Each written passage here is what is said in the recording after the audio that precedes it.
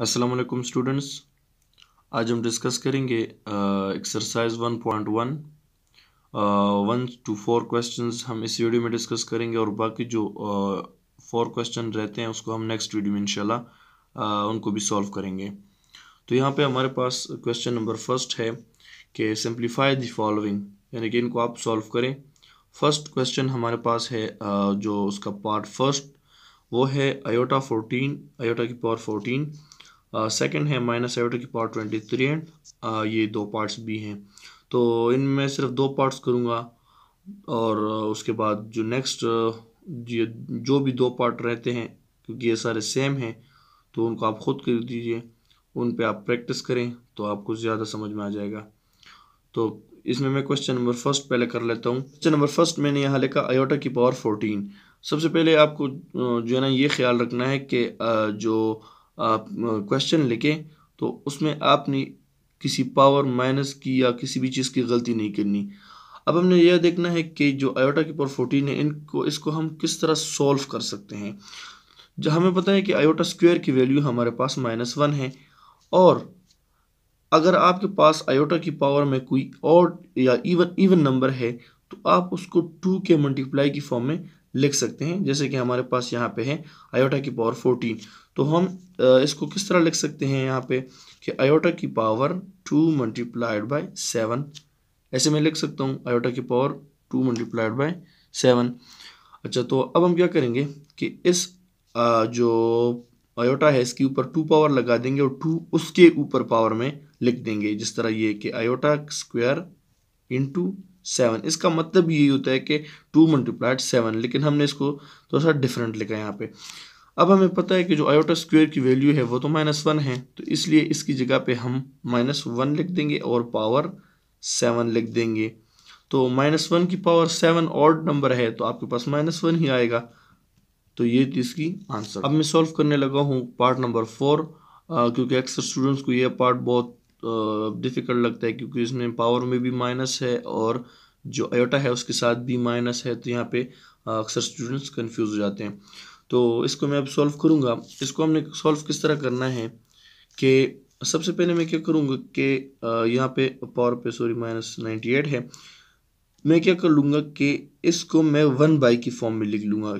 ये मैं क्यों लिखूँगा, क्योंकि इसमें जो पावर में -98 है ये प्लस हो जाए, यानी कि अगर मिसाल के तौर पर आपके पास इस तरह है कि 1 की या 2 की पावर -9 है, तो आप इसको इस तरह भी लिख सकते हैं कि 1 डिवाइड बाई 2 की पावर 9 9 जो है प्लस हो जाएगा नीचे आके। तो इसलिए हम इसको किस तरह लिख लेंगे कि जो 1 है 1 डिवाइड बाय माइनस आयोटा की पावर 98, यानी कि इसको हमने पूरा जो है ना नीचे लाए और इसमें जो पावर का जो साइन था वो सिर्फ चेंज हो गया, बाकी आयोटा वाला साइन चेंज नहीं हो, क्योंकि हमने इसको इक्वल कि आर पार नहीं किया, इसलिए इसका साइन जो है ना चेंज नहीं हुआ। तो डिवीजन में हमने लिखा है इसको पावर में जो साइन है उसको चेंज करने के लिए। अब हम क्या करेंगे कि अब हम जो पावर में नीचे हमारे पास इवन नंबर है तो इसको सेपरेट करने की ज़रूरत नहीं है, इसको हम फर्दर सॉल्व करते हैं। तो हम इस तरह लिख लेंगे कि 1 बाय माइनस आयोटा की पावर, यानी कि 2 को अगर मैं किसी ऐसे नंबर के साथ मल्टीप्लाई कर लूँ, 2 लाजमी आना चाहिए इसमें, क्योंकि मैंने आयोटा स्क्वायर बनाना है। तो इधर मैं लिख दूंगा 2 मल्टीप्लाइड बाय, अगर मैं 2 को 49 के साथ मल्टीप्लाई कर लूँ तो वापस 98 आता है, इसलिए मैंने इसको यहाँ से इस तरह लिखा। इसके बाद मैं क्या करूँगा कि 1 डिवाइड्स बाय इस 2 को जो स्क्वायर पावर में है और मल्टीप्लाइड 49, इनमें मैं सिर्फ 2 को जो है ना इस -1 पे भी और आयोटा पे दोनों पे मैं लगा दूंगा सेपरेटली, क्योंकि इसको मैंने सेपरेटली लिखना है कि -1 square iota square whole square whole 49, sorry, इस तरह मैंने लिखा। अब मैं क्या करूँगा, यहाँ पे इस स्टेप को मैं यहाँ पे इधर लिख लेता हूँ कि यहाँ पे मैंने क्या किया कि इस 2 को जो है ना इस -1 पे लगाया, यानी कि माइनस आयोटा था लेकिन -1 मल्टीप्लाइड आयोटा था, तो इसलिए मैंने -1 पे भी इस 2 को लगाया स्क्वायर में और आयोटा के ऊपर भी मैंने 2 लगाया और इस होल पे मैंने 49 लगाया, क्योंकि इस होल पे हमारे पास 49 है। तो इसलिए नेक्स्ट हम क्या करेंगे कि यहाँ पे लिख ले, यहाँ से हम फाइंड कर लेते हैं, इसको भी सॉल्व कर लेते हैं कि -1 पे अगर आप स्क्वायर लगा दे तो इससे तो 1 आता है, यानी कि यहाँ पे हमारे पास आ गया 1 इंटू आयोटा स्क्वायर हमारे पास -1 के बराबर है और होल 49। फर्दर हम क्या करेंगे कि -1 अगर आप 1 के साथ मल्टीप्लाई कर ले तो -1 आ जाएगा, वो -1 की पावर 49। अब 1 की पावर आप 1000 भी लिखते हैं या लाख भी लिखते हैं उससे 1 ही आएगा, इसलिए -1 की पावर 49 से भी -1 ही आएगा। सो 1 डिवाइड बाय -1 आ जाएगा आपके पास, और इसका आंसर हमारे पास है -1। अब हम सॉल्व करते हैं क्वेश्चन नंबर 2। क्वेश्चन नंबर 2 में हमारे पास है कि add the following complex numbers. क्या आप जो कम्प्लेक्स नंबर है, अब आपको 2 कम्प्लेक्स नंबर दिए गए हों, अगर आपको 2 कम्प्लेक्स नंबर दिए गए हों तो आप उनको किस तरह ऐड कर सकते हैं, इसको मैंने प्रॉपर्ली एक वीडियो में लेक्चर नंबर 2 में मैंने आपको करा के दिया हुआ है, चैनल पे मौजूद है, आप विजिट कर सकते हैं। तो इसमें मैं सिर्फ आपके लिए क्वेश्चन नंबर 1 और 3 सॉल्व करूंगा, बाकी 2 आप खुद सॉल्व करें, क्योंकि 1 और 3 जो है ना इसमें थोड़ा सा डिफरेंट है। 3 में तो खैर आपको लग रहा होगा कि डिफरेंस है, लेकिन ये बहुत इजी है। तो सबसे पहले मैं क्वेश्चन नंबर 1 सॉल्व करूँ। क्वेश्चन नंबर फर्स्ट में हम क्या करेंगे स्टार्ट में कि जो फर्स्ट नंबर हमें गिवन है कॉमा के इस साइड पे जो नंबर है इसको मैंने Z1 नाम दे देना है, उसमें 3 मल्टीप्लाइड फॉर्म में है तो इसलिए मैंने 3 को 1 के साथ मल्टीप्लाई किया, जो जिससे 3 आया, और 3 को 2 के साथ मल्टीप्लाई किया जिससे 6 आया, इसको मैंने Z1 का नाम दे दिया। अब मैंने Z2 एक सेकंड कॉम्प्लेक्स नंबर यहाँ पे मेरे पास मौजूद है, इसको भी मैंने -2 को मल्टीप्लाई किया तो मेरे साथ ये रिजल्ट आया। अब मैंने क्या करना है कि Z1 प्लस Z2 को मैंने ऐड कर देना है। Z1 plus Z2 is equal to 3 plus 6 iota minus plus -2 plus 6 iota. तो अब मैं क्या करूँगा, अब मैं ये करूँगा कि 3 plus 6 iota, 3 plus 6 iota plus है तो सारे साइन चेंज नहीं होंगे बल्कि वही रहेंगे, क्योंकि प्लस जब हम मल्टीप्लाई कर लेते हैं तो plus minus -2 plus plus plus 6 iota. तो यहाँ पे जो ये आपने करना किस तरह है कि जो इमेजिनरी पार्ट है उसको इमेजिनरी पार्ट के साथ आपने ऐड करना है, और जो रियल पार्ट है उसको आपने रियल पार्ट के साथ ऐड करना है। तो 3 रियल पार्ट है और -2 रियल पार्ट है, तो 3 -2 1 आया आपके पास, प्लस 6 आयोटा प्लस 6 आयोटा, तो आपके पास रिजल्ट 12 आयोटा आया। तो अब मैं सॉल्व करूंगा पार्ट नंबर 3 जो इस टाइप लिखा हुआ है। अगर आप देखें कि इसमें एक कम्प्लेक्स नंबर ये है और एक कम्प्लेक्स नंबर ये है, डिफरेंट है स्टाइल लिखने का। आप इसको सिंपल जो लिखते हैं आप सिंपल और क्वेश्चन, उस तरह आप ये भी लिख सकते हैं। इसमें मैंने क्या करना है कि late Z1 is equals to, अब ये है ना कि √2, 1, इसका मतलब है कि √2 प्लस आयोटा या 1 आयोटा आप लिख सकते हैं। तो ये कम्प्लेक्स नंबर तो ये हुआ। एक कम्प्लेक्स नंबर हमारे पास ये हो जाएगा कि 1 है तो 1 प्लस, यानी कि जो पहला पार्ट होता है ये हमेशा रियल होता है, इसलिए मैंने इसको रियल लिखा, इस 1 को भी रियल लिखा। सेकंड पार्ट इमेजिनरी होता है, फर्स्ट को मैंने आयोटा लिखा यानी कि 1 आयोटा, और इसको मैं √2 आयोटा लिख दूंगा। अब मैंने इन दोनों को ऐड करना है, तो Z1 plus Z2 is equals to, Z1 की वैल्यू हमारे पास ये है प्लस, और Z2 हमारे पास ये है। अब मैं क्या करूँगा कि जो रियल पार्ट है एक √2 है और एक 1 है, इनको मैं आपस में ऐड कर दूंगा। ये ऐड तो नहीं हो सकते लेकिन यहाँ पे मैं इनको एक साथ लिख सकता हूँ एक ब्रैकेट में, ठीक है। प्लस और जो आयोटा वाला पार्ट है यानी कि जो इमेजिनरी पार्ट है इसको आप एक साथ लिखें, तो ये आपके पास इस तरह हो जाएगा एक ब्रैकेट में। नेक्स्ट मैं क्या करूँगा कि √2 प्लस 1 इसको अपनी जगह पे लिख दूंगा, क्योंकि ये सॉल्व नहीं हो सकते, और हो सकते हैं लेकिन हम इसको जो है ना वो फिर पॉइंट, क्योंकि आपने पे इसका स्क्वायर रूट फाइंड करना है, फिर उसको 1 के साथ ऐड करना है, तो इसलिए हम इसको सॉल्व नहीं करते। अब हमने क्या करना है कि इससे आयोटा कॉमन ले लेना है, क्योंकि आयोटा यहाँ पे भी है और यहाँ पे भी है, तो आयोटा जब मैं कॉमन ले लूँगा तो ये रह जाएगा 1 प्लस √2, ठीक है। अब हम क्या कर सकते हैं, यहाँ पे इसको अगर आप देखें कि इसको मैं इस तरह लिख सकता हूँ कि √2 को मैं पहले कर दूँ और 1 को मैं बाद में कर दूँ, कोई फ़र्क नहीं पड़ता, क्योंकि 1 + 2 2 + 1 से आंसर सेम ही आता है। नेक्स्ट हम क्या करेंगे, इन दोनों में यानी कि एक साइड पे आपके पास ये है और एक साइड के पे आपके पास ये है, आप इससे अंडर द रूट 2+1 को कॉमन भी ले सकते हैं, और अगर आप कॉमन नहीं लेना चाहते हैं तो ये भी आपके पास एक आंसर है, क्योंकि इसमें ये पार्ट जो हमारे पास है ये एक रियल आ गया और ये पार्ट हमारे पास है ये एक इमेजिनरी पार्ट आ गया। अगर आप लोग देखें कि यहाँ पे रियल क्यों है, क्योंकि इसमें सारे जो नंबर्स हैं वो रियल हैं, और यहाँ पे क्यों है, क्योंकि यहाँ पे आयोटा है, इसलिए जो ये पूरा नंबर है ये एक इमेजिनरी नंबर बन गया। और अगर देखें कि हमने दो कॉम्प्लेक्स नंबर को ऐड किया, रिजल्ट हमारे पास दोबारा कॉम्प्लेक्स नंबर आया, तो ये थी जो हमारे पास एडिशन होती है कॉम्प्लेक्स नंबर्स की। क्वेश्चन नंबर 3 में हम सीखेंगे कि हमने किस तरह दो नंबर्स को सब्ट्रैक्ट करना है। यहाँ पे मेरे पास 3 क्वेश्चन पार्ट हैं क्वेश्चन नंबर 3 के, पार्ट 1, पार्ट 2 एंड पार्ट 3। इसमें मैं सिर्फ 1 और 3 पार्ट करूँगा, 2 आप लोग खुद करें।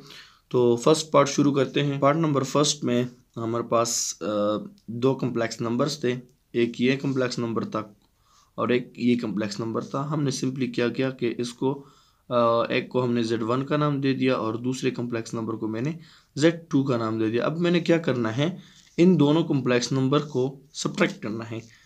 तो इस तरह मैं लिख सकता हूँ कि Z1 माइनस Z2, ठीक है। तो इससे हम ये क्या कर लेंगे नेक्स्ट में कि इसकी जो वैल्यू है वो भी साथ में लिख देंगे यहाँ पे राइट साइड पे। तो ये हो जाएगी हमारे पास 3√3 माइनस 5√7 आयोटा, और दरमियान में माइनस आ जाएगा साइन, ठीक है, क्योंकि हम सब्ट्रैक्शन कर रहे हैं। और यहाँ पे ब्रैकेट √3 + 2√7 आयोटा। नेक्स्ट स्टेप में हम क्या कर लेंगे, ये जो हमारे पास माइनस साइन है इसको हम इस ब्रैकेट में अप्लाई कर लेंगे, तो जितने भी साइन है वो चेंज हो जाएंगे। यहाँ पे +√3 था और यहाँ पे हो जाएगा -√3 and minus plus minus 2√7 iota. अब जिस तरह हम एडिशन में करते थे कि रियल पार्ट को रियल पार्ट के साथ और इमेजिनरी पार्ट को इमेजिनरी पार्ट के साथ लिखते थे, यहाँ पे भी इस तरह कर लेंगे कि जो हमारे पास रियल पार्ट होता है, अब यहाँ पे जो हमारे पास ये एक रियल पार्ट है और ये एक रियल पार्ट है, इसको हम एक साथ लिख देंगे। और जो इमेजिनरी पार्ट है यानी कि जिसके साथ आयोटा है उसको हम एक साइड पे लिख देंगे। तो ये रही हमारे पास इमेजिनरी पार्ट। अब हम क्या करेंगे, यहाँ पे 3√3 माइनस √3, यानी कि आपके पास 3√3 थे, उस उनमें से आपने एक √3 को निकाला तो आपके पास क्या बच गए 2√3। इसको अगर आपको मैं समझाऊं कि आपके पास कितने थे, 3√3 थे, इस तरह आपके पास थे, इसमें आपने 2 को निकाला यानी कि 1 को आपने निकाल दिया, तो आपके पास कितने बचे 2√3। इसको मैंने यहाँ पे इस तरह लिखा। अब हम क्या करेंगे कि जो नेक्स्ट अगर हम देखें -5√7 आयोटा माइनस 2√7 आयोटा। अब देखें कि √7 आयोटा √7 आयोटा सेम है, तो आप इसको इजीली एक दूसरे के साथ माइनस या प्लस कर सकते हैं। यहाँ पे इसका रिजल्ट क्या हो जाएगा, -5√7 आयोटा -2, ये सेम है ये पार्ट, तो ये पार्ट अपनी तरफ से इधर आ जाएगा, -5 एंड -2 -7। तो आपने देखा कि हमने इसको भी बड़े ही सिंपल तरीके से सॉल्व किया। अब रिजल्ट आपने चेक करना है कि ये एक कॉम्प्लेक्स है या नहीं, यानी कॉम्प्लेक्स नंबर है या नहीं। तो अगर आप लोग देखें कि इसमें एक पार्ट रियल है और एक पार्ट आपके पास इमेजिनरी है, तो अगर आप इसको देखें कि रियल कॉम्प्लेक्स वो होता है जिसमें एक रियल और एक इमेजिनरी होते हैं, और जो हमने यहाँ पे देखा तो हमारे पास था 2 नंबर की सब्ट्रैक्शन के बाद। अब मैं सॉल्व करूँगा पार्ट नंबर 3, जिसमें मेरे पास एक कॉम्प्लेक्स नंबर ये है और एक कॉम्प्लेक्स नंबर ये है। मैंने सिंपली इन दोनों को नाम दे दिया। और जिस तरह हमने एडिशन में एक क्वेश्चन था हमारे पास कि सिंपल यहाँ पे कॉमा था, कोई साइन नहीं था, कोई आयोटा नहीं था, फिर मैंने आपको समझाया कि फर्स्ट पार्ट आपके पास हमेशा रियल होता है तो आप उसको रियल लिखें, तो इसलिए मैंने इसको ए लिखा, और सेकंड पार्ट इमेजिनरी होता है आप उसके साथ आयोटा लिखें, तो 0 × आयोटा। अब सेकंड कॉम्प्लेक्स नंबर जो है वो हमारे पास ये है कि Z2 = 2 - b आयोटा, ठीक है, 2 - b आयोटा, इसको भी मैंने इस तरह लिखा। अब मैंने क्या करना है कि Z1 - Z2 इसको मैंने करना है एक दूसरे से सब्ट्रैक्ट। किस तरह कर सकते हैं, a plus 0 dot iota minus, मैं माइनस लगा दूंगा और 2 minus b iota second complex number भी z2 की जगह पे लिख दूंगा। हमने क्या करना है अभी कि जो सिंबल माइनस है इसको मैं अप्लाई कर लूँगा यहाँ पे, तो ये मेरे साथ हो जाएगा -2 प्लस b आयोटा।